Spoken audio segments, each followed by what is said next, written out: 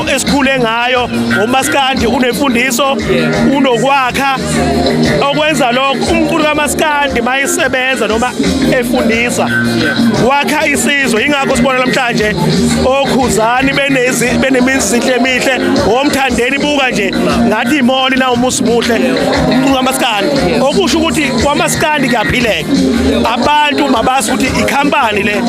abathathe uMaskandi bewenze njenge-career ukuthi kufanele uhlonishwe ngoba uyaphilisa abantu bayaphila ngawo imindeni eminingi yaphila ngoMaskandi ngoba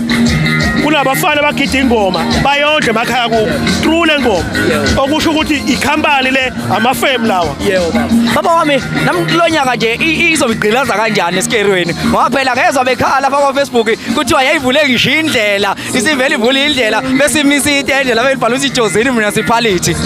uyabona ke mina indlela ngisazoyivula ngoba kumse